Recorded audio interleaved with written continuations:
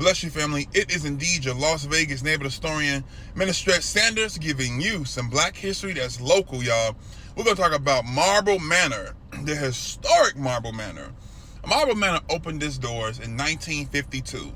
Ironically, it was a housing development that was multiracial, different ethnicities, majority white and black.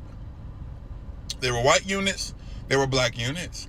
By the end of the late 1950s, we start seeing more black residents.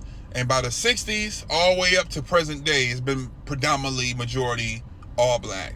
Marble Manor was unique because prior to Marble Manor opening on the west side, there was really no other housing development that served African Americans on the west side. We talk about this 1952, so there's still tent housing on certain parts of the west side. There's still people living in shacks and cabins on certain parts of the west side, and that was a huge deal. I mean, the government was starting to get involved and say, hey, why is there places, on G Street and H Street and Jefferson and Madison, people are literally living in almost like, again, shack tent type housing.